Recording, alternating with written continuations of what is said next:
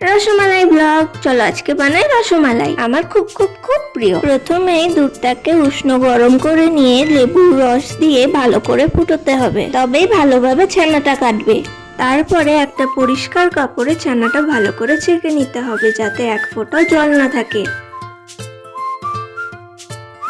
এরপর ছানাটাকে হালকা হাত দিয়ে সেনে নিয়ে 1 টেবিল স্পুন ফ্লাওয়ার আর 1 চিমটি নুন অ্যাড করে ভালো করে সেনে নিতে হবে। খোল পাকিয়ে নিলাম, দুধের মধ্যে দিলে আর একটু ফুলে উঠবে এগুলো। 4-5টা এলাচ নিয়ে থেতো করে দুধের মধ্যে দিয়ে দিলাম। কিছুক্ষণ দুধটা ফুটে এলে সুগার অ্যাড করে দেবো।